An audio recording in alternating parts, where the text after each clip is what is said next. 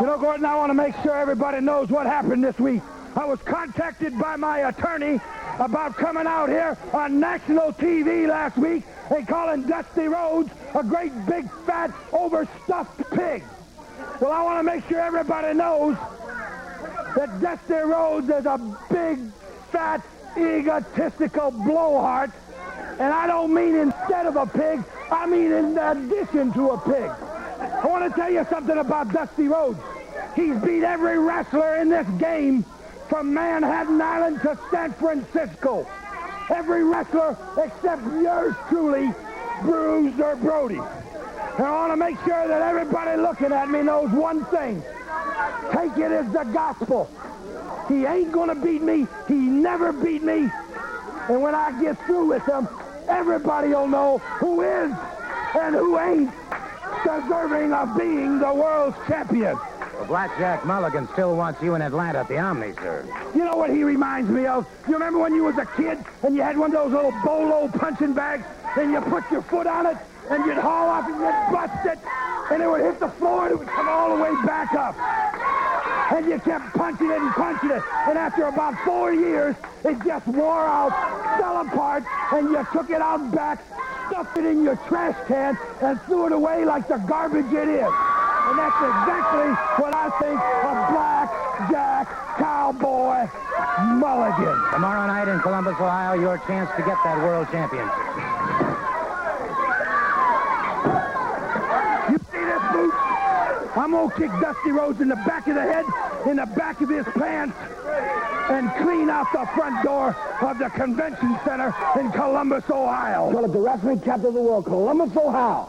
All of a sudden, it's on the map. Seen some great wrestling matches there. Bruiser Brody, now it's your chance of destiny. Now it's your time to get your ugly face in there with the prettiest, the greatest, the best. My fists are like lightning bolts flanking from the sky.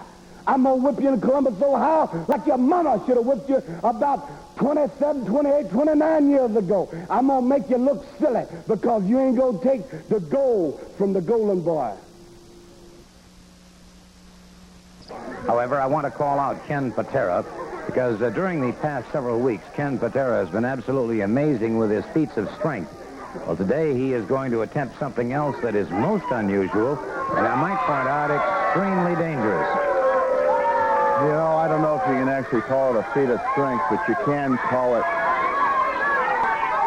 something along the lines of being a daredevil. You know, Evel Knievel used to do some wild things, right? Well, this is probably as wild as anything as Evel Knievel has done. I'm going to have Jimmy Snuka wield a 12-pound sledgehammer into some cinder blocks that are going to be stacked on top of my chest. I'll just give everybody an idea how powerfully I'm built. So actually, it's Ken Patera against a sledgehammer and 3 cinder blocks. All right, sir. I've heard of people trying this with a single cinder block, but this is the first time in my lifetime I've heard of anyone attempting it with 3 cinder blocks at one time. Mr. Patera will be placing himself in a prone position on the floor next to the podium here, and we'll try and give you an accurate description of what is going to be occurring here. Obviously, a folded towel placed on the chest. Yeah, a lot of people might think, well, Patera's probably got a steel vest on or something like that, you know. Well, everything Ken Patera does is for real, baby.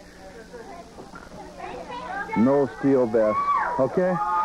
Except a beautiful body. I think it might be interesting, too, if we would take a look at that towel so that everybody would be convinced that there's no problem there.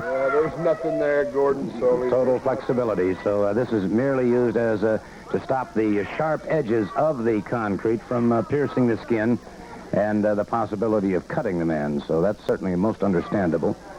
It's going to be the impact, the percussion of the sledgehammer crashing down on these 3 cinder blocks.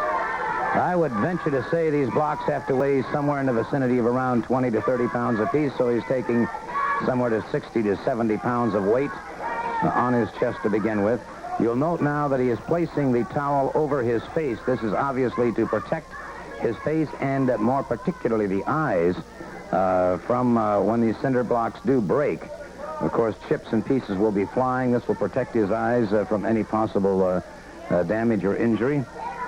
Snuka placing those blocks uniformly on top of the chest of Ken Patera.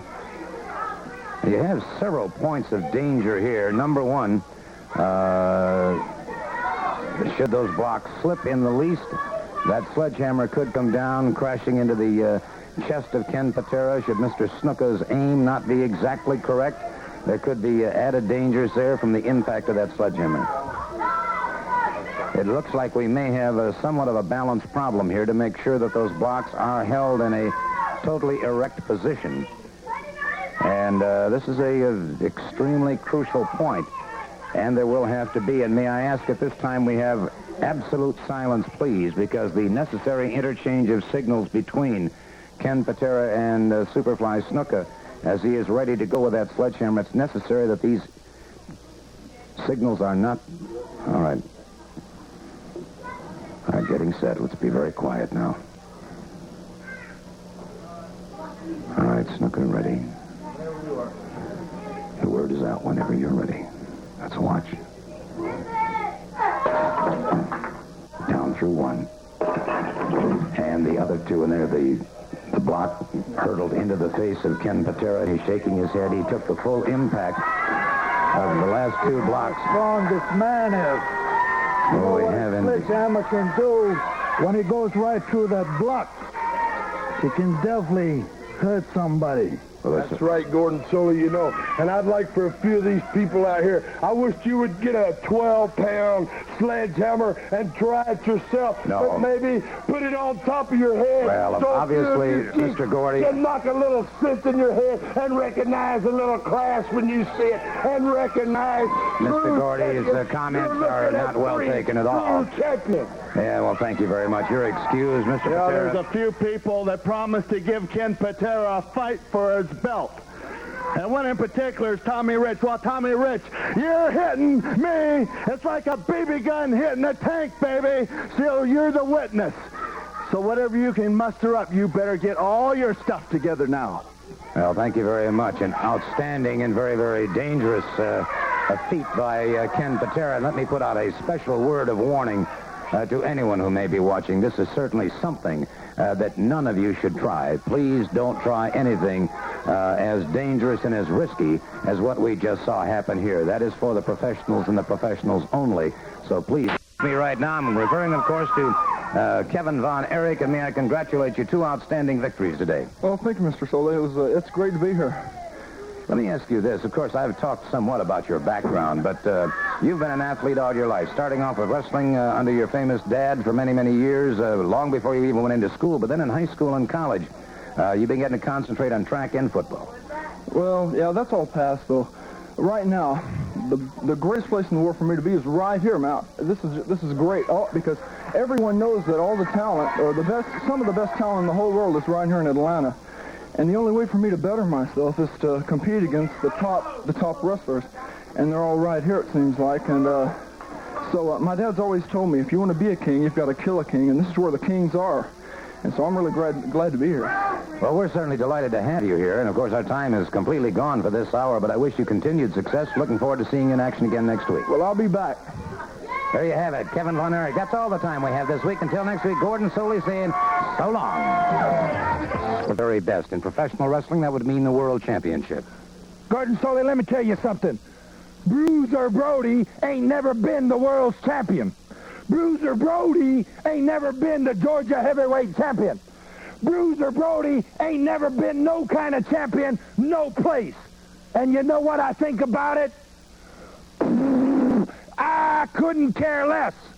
But get one thing straight.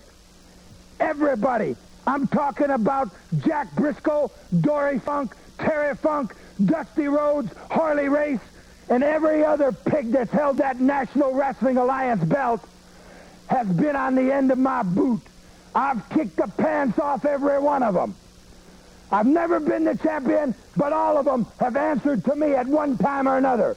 And Dusty Rhodes, you come out here and talk to your gaga, but you'll answer to me, and you'll answer at the mercy of Bruiser Brody. Well, tonight, of course, at the Ohio Civic Center, that title on the line. Let me tell you something. For 5 months, I've been trying to get a chance at that belt, and I got it. And everybody who's looking at me in Columbus, Ohio right now, I want to give it to you like it's the almighty gospel. when I get in that ring, I'm going to be walking tall. And when I leave that ring, I'm going to be walking the same way. And when I leave, Dusty Rhodes won't be walking at all. There's a lot of people in Columbus, Ohio that I owe a lot of things to. There's nothing that I couldn't do without my family. And my father's dead now, so I look upon the people in wrestling that pay their hard money to see Dusty Rhodes give 120% no matter what it does as my family. Bruiser Brody, they are my family in Columbus, Ohio. And one thing I want to take a moment right now to talk to a gentleman that if you listen to him, you'll find